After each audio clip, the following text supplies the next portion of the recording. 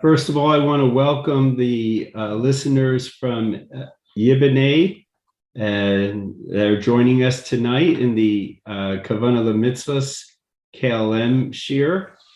And I want to begin. I'm not thrilled about this in the slightest, but a family that's very close to KLM, the Flax family, Mrs. Leah now Tanzer and Dr. Flax.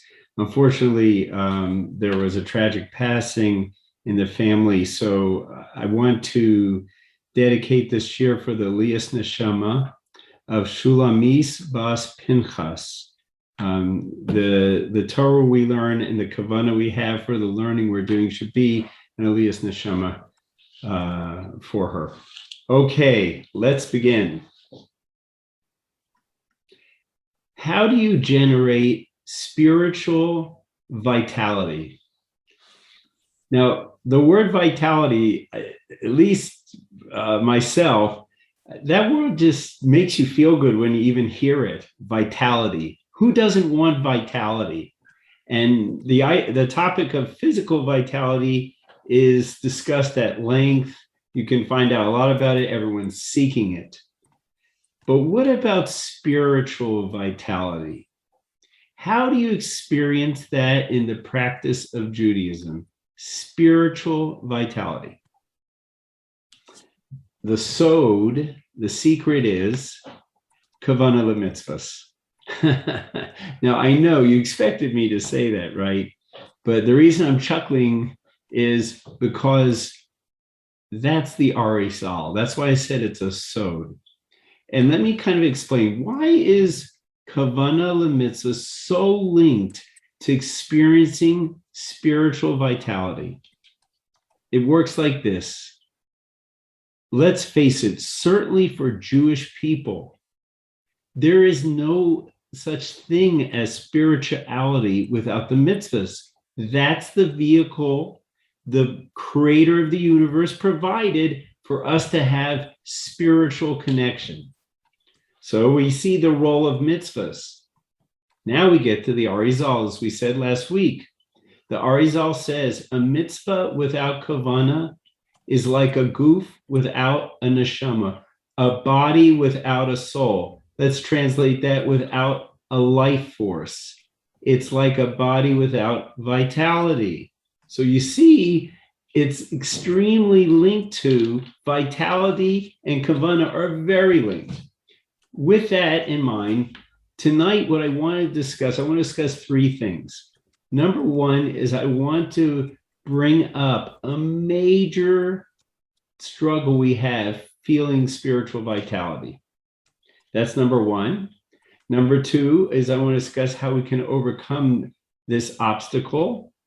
And then thirdly, we'll then try to use all of this to start living with kavana consistently, all right, and with vitality. That's our goal. All right. Now, before we get to this, what I'm calling the leading killer, the leading killer of kavana mitzvahs, before we discuss that, let's just have a brief review of the key points from last week's shir. Okay, we pointed out that even though when you infuse kavana into mitzvahs, you revive mitzvahs that have suffered from mechanical feeling and rote. Kavana revives the mitzvah, but then we discussed the very scary fact that even kavana, which revived the mitzvah, can itself become rote. That's why we need, and we presented a formula to guard against kavana and the mitzvah becoming flat and us losing a sense of connection. That's what we discussed. And what was the basis of the formula? The formula was for us to ask ourselves before entering the mitzvah, ask ourselves some important questions. Like, number one, what am I about to do? Number two, before whom am I doing this, right? To draw into our awareness the presence of Hashem and to think about our goal, right? That's the kavana formula. sounds great, but there's just a huge problem. There's a bit of a huge problem.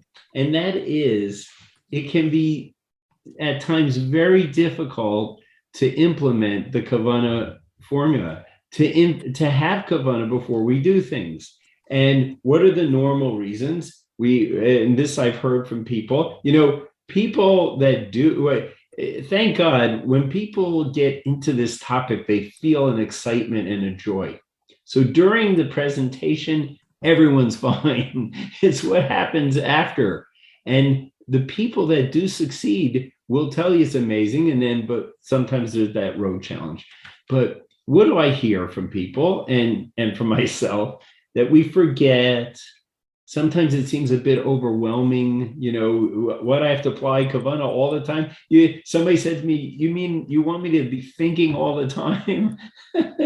And then, and also, how about this one? It's hard to fit in our schedule, right? These are the challenges I hear about all the time. So we have an incredible route to feel vitality, and we have an approach and everything, but putting into action has all those problems. I'd like to suggest to you there's one root problem. And I'll introduce this by a very memorable evening with my Rabbi and what he said to me. We were in the yeshiva. This was maybe close to 25, 27 years ago. And Rabbi Green, my Rebbe, he'd get up on Shabbos night and always say a drash, some Torah insights. So he's presenting things, and in the midst of his presentation, he says this. Listen to what he says. He says, it just takes you a couple seconds to be in a state of ecstasy. And then he just kept going. And then he finished this year. So just to pat myself on the back, I went up to him and I said, Rabbi, I got to be honest with you. I've had a few seconds on my hand, a few minutes, and I don't find myself in a state of ecstasy. Well, he was waiting for that question, right? I took the bait, and then he explained. And this is, we're going to focus on the first thing he said. He says, well, the truth is, before you can instantly enter a state of spiritual ecstasy, you have to stop the following voice in your head. I got to do this. I got to do that. Something's coming over here. I got this. I got that. I got X. I got Y. I got Z. Right? He says, got to get rid of that. That is the shorish. This is the root to why we have a struggle to implement the life-saving approaches of kavana. Why? We're rushed. We're always in a rush. Something's always making us feel rushed. And we have to realize when you're rushed, you're sapping the vitality out of the moment. Rushing, what does rushing do? It moves you away from where you are to somewhere else. And this is what we can definitely call the killer. This is a killer of kavana, is this being rushed, feeling rushed. So I want to point out to you, and now I'm going to show you that this idea was indeed understood by the Ramchal. And let me show you this. The Ramchal who presented this formula was well aware of this. Okay. So I actually want to go to this first. Screen is clear? Yep, that's great. Rushing kills kavana. That's a true statement, I promise you. I can testify, and I'm sure many can testify along with me. Let's look these words here. Right? First of all, the title. It's a major challenge to our vitality. Now, these are the exact words of the Ramchal. He says like this. This is the kavana formula we were using, where you ask yourselves those prompting questions that remind you to be alive, and to have kavana, right? What am I about to do? What mitzvah? Who am I doing it before? Well, the Ramchal, before he says to ask those questions, he says this: Shelo yikanes b'kiyum hamitzvah bepesa pisom. That you should not enter when you're trying to fulfill a mitzvah. Don't enter suddenly into it. Don't rush into it. And then below he explains why. Because he says if you enter suddenly, she'ein dato adayim yoshevet alav, your mind is not yet settled. V'yachola litbonein b'mashu hoseh. Your mind is not settled, and you're not capable of reflecting on what you're about to do. There it is in clear print from one of the most important books of all time, Mesilas Yesharim. Don't enter into a mitzvah suddenly, right? So now that's what the Ramchal is crystal clear about this, and so it's and we'll go back to the slides in a minute, but I want to say this. Well, I guess we know what to do, right? Rushing undermines our connection, right? The only spirituality for us is through mitzvahs, right? And through kavana. So let's just do what he says. Let's not enter mitzvahs suddenly. And believe me, I tried to follow that advice. But, times have changed from Padua, Italy in the 1700s, okay? I'm not saying that there wasn't a Yetzer Hara then, but I think it's safe to say we're rushing more than they were. I saw a study. I started to look into this, and people, it's a big part of this is feeling rushed as opposed to like not having time. It said some people overestimate how many hours they're busy by 25 hours. One person said they think they're involved 180 hours a week, and there's not that many hours, etc. Okay, so the thing is this. And I have to thank the Holy Sefer, the Bilvavi, for this insight. He brings up the following about what the Ramchal said. Instruction, wise instruction: don't run into the mitzvah. Don't rush. Settle down, because if you rush in, you're not going to be able to have a settled mind and be capable to reflect. And spirituality and connection come from reflection, right? So he says like this. He says, you have to understand something, says the Bilvavi. A person imagines in his mind that he's rushing, but now for men, I'm entering into shul, or a woman picks up her sitter, right? So he says, do you think you're suddenly going to be able to stop and turn off the addiction to rushing when you start to put on your talis and tefillin? He says it doesn't work that way. It's not happening. He's saying we have become ensconced in rushing around. We're enveloped by a society that's rushing. There's actually a reactionary movement now called slow living. I was thinking about it. We may need to succeed in our spirituality. We may need to adopt slow living, like the Rambam says, go to the far extreme, and then we'll end up in the middle. But anyhow, I just say that as a point. But now, so here's what we have to, here's the key thing. What do we do about the fact that we are just so rushy? Okay, what do we do? So this is the obstacle, right? I said spiritual vitality comes from having kavana, which puts soul and vitality into the mitzvah.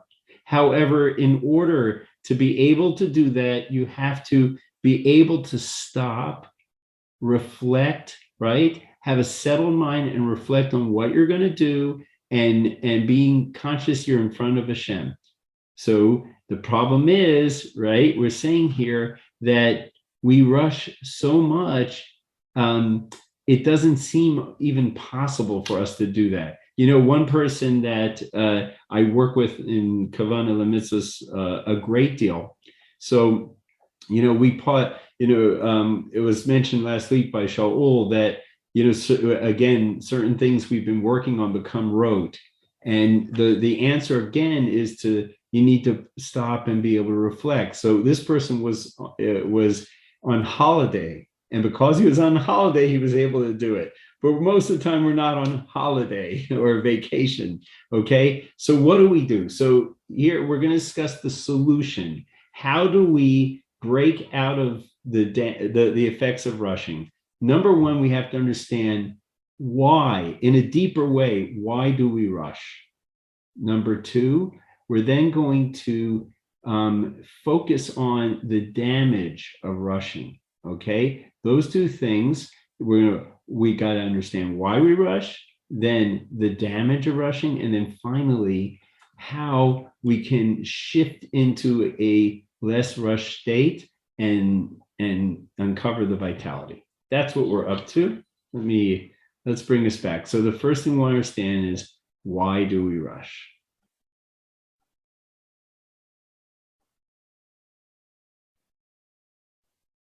Okay. I'm gonna go back one. All righty.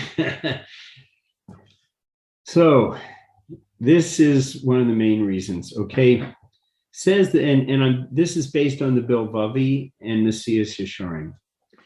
Here's the thing. What happens is this: we are constantly chasing unattainable goals. This is the root of the problem. Okay, a wild goose chase, as they say.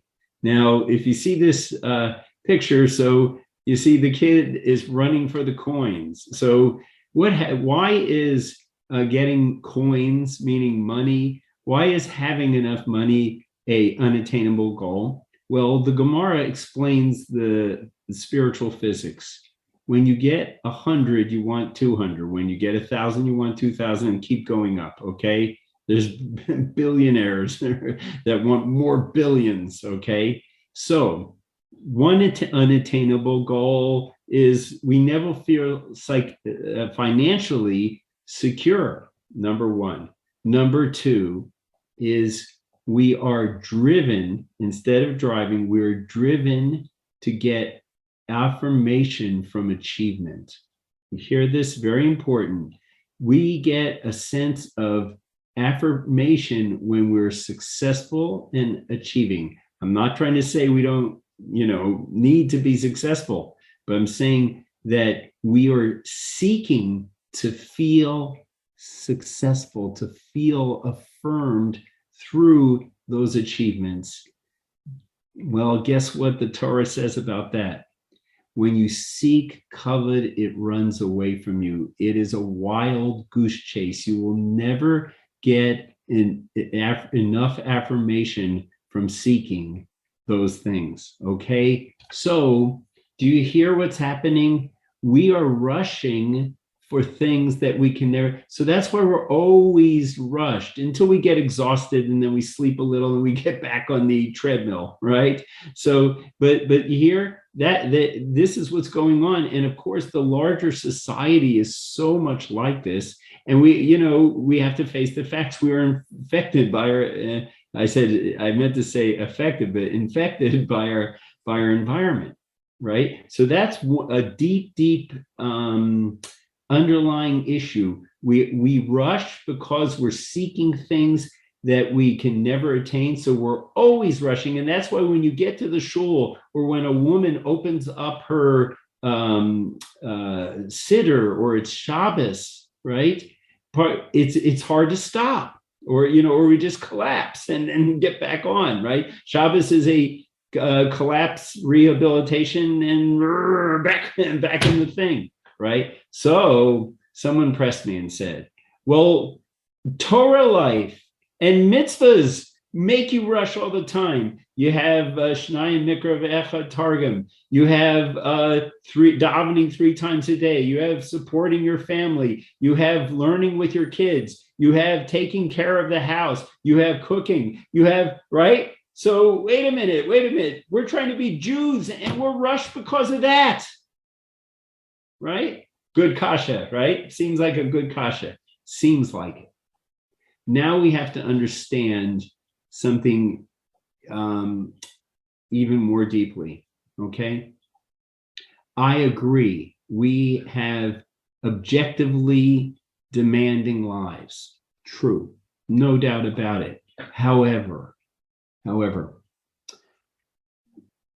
do you think that you don't have enough time to make a Brei Pri Ha'adamah blessing or an after blessing? In other words, if you take the extra 20 seconds, 30 seconds to do it well, do you think that your demanding life will suffer?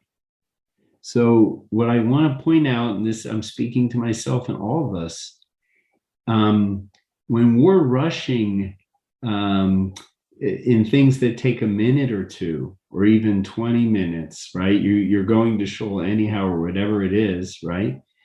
You can't say that that's, well, I need to, l'shem shamayim.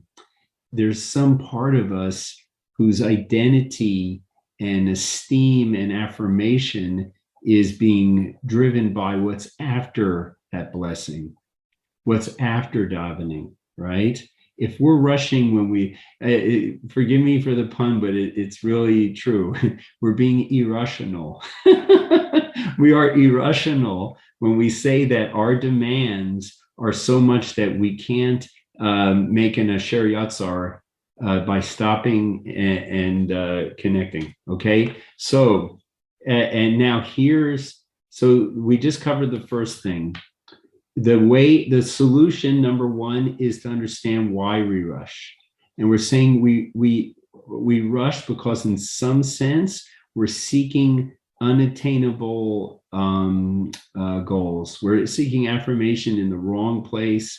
We're seeking security in the wrong place. And it makes us feel like I have to get moved. There's a book I love that's title, because everyone I know relates to it. When I relax, I feel guilty.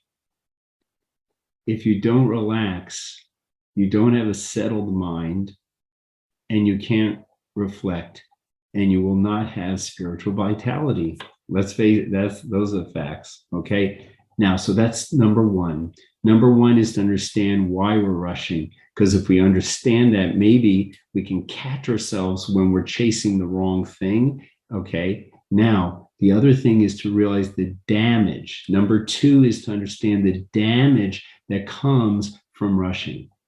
So now let's look at this picture that's up here. What's our purpose in life? Now, some people will say to serve Hashem, right? But our purpose is, as we pointed out, the Ramchal says, serving Hashem and mitzvahs are not the purpose of our lives. They're the means to achieve the purpose. The purpose is to Vegas. And let's never forget, mitzvahs are not actions, activities. Mitzvahs are about a relationship with Hashem. So when you're rushing through a blessing, you see what's over to the left of this kid? There's a treasure. You're rushing by your ability to connect with Hashem. You're rushing past the means for your purpose. You're missing out on the purpose of life, which is to connect to Hashem now, right? So damaging is what's happening is you're devaluing the moment. You're discounting a moment that offers the true treasure for some coins you'll never get. You hear? So the damage is you're damaging your the true treasure. You're damaging your ability to get that. And if I can just say this, because no one means this, but we're being insulting to Hashem. If we're rushing by our time to thank Him for food, our time to help a person, our time to do some mitzvah, that's kind of insulting, sorry, Hashem. It's like the opposite of Avram Avinu. Avram Avinu is with Hashem, and he runs to do it one of Hashem's mitzvahs. So he's really, excuse me, Hashem, running towards Hashem, right? but we're, excuse me, Hashem, and running past Hashem to get something we can't get. You hear? So that's not nice. And it's really just so not good for us. Okay. Okay. So let's just review. Okay. Vitality comes from having a settle, from kavana. Kavana comes from having a settled mind and reflection before you act, right? That gets undermined by rushing, okay? And you can't just turn it off like a lever. We have to change our mindset and realize, number one, why we rush and why it's a wild goose chase. We have to understand all the damage we're doing to our relationship with Hashem by rushing. And thirdly, I want to, now that was the Sor Meirah, and now the Osei Tov. The third thing is, and this I tell you is very powerful when you employ it. I'm gonna I just want to introduce this for a minute. We're almost done, by the way. Psychologists have been talking about this a long time, and I can affirm it from my own experience that a lot of how you do in life depends on how you view yourself, what your identity is, and what you identify with. Now, before we started KLM, we gave a course on Ashrei.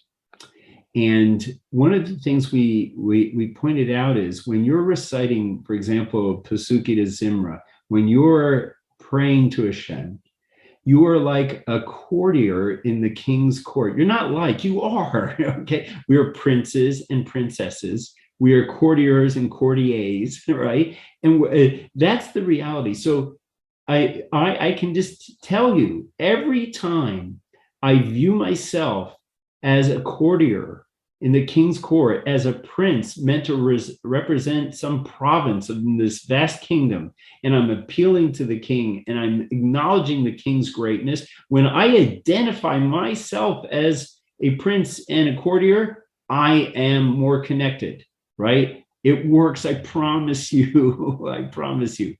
So what do we need to identify with to stop rushing, to settle down and reflect? We have to identify with the needs of our essence. And this is a midrash in Koheles Rabbah that Messias Yesharim brings. And this midrash is saying something absolutely true about the soul, okay, about our souls. It's, if we give a metaphor, it's hit and miss. When the midrash gives a metaphor, it's revealing the essence of the point. And it says that our soul is like a princess who's used to dwelling in the palace of the king, and she marries a poor villager. And it says, no matter what he gives her, the finest of his food, it's nothing. It's kind of, it's disgusting, right? Now, why would Hashem put this princess and let her marry the villager? Of course, we're talking about the soul in the body. Why? Because there is something that this princess loves. She loves anything that connects her back to the king, right? So our soul loves mitzvahs. Our soul loves to prepare for the encounter with Hashem that occurs with a mitzvah. So what I suggest to you is identify with the inner princess. Okay, I'm not trying to be cute with that. And I want to show you this.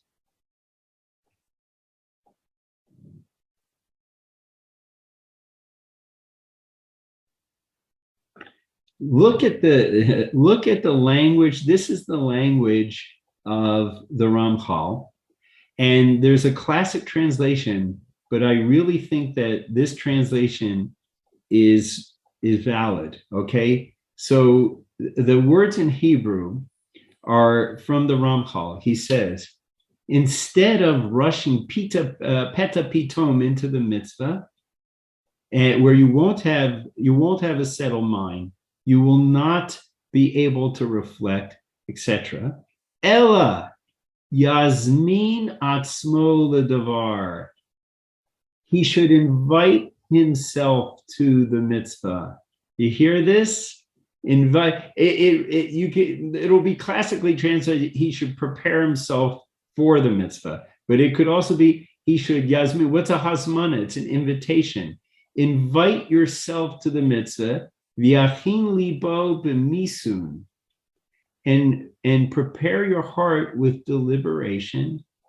Ad shikanes hisbonenus. I think it's bihisbonenus, until he enters into a state of deep reflection and then connection. Reflection and then. So do you realize how happy your inner princess would be if you bring her properly, you escort her gently into the palace of a mitzvah? Unbelievable. And by the way, I just want to tell you again, I'm trying to practice what I preach here.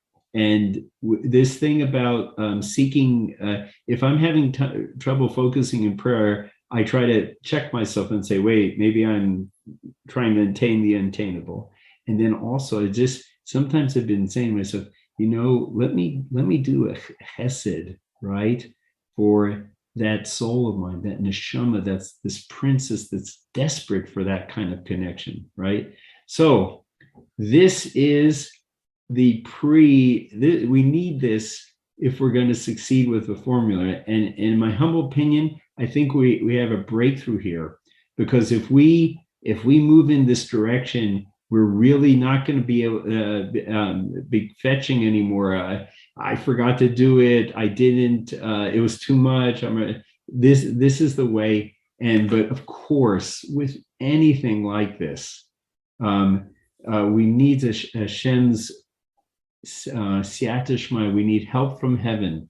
So we should all pray that we can mamish integrate this. Okay, and then please God, really, really have a sense of spiritual vitality.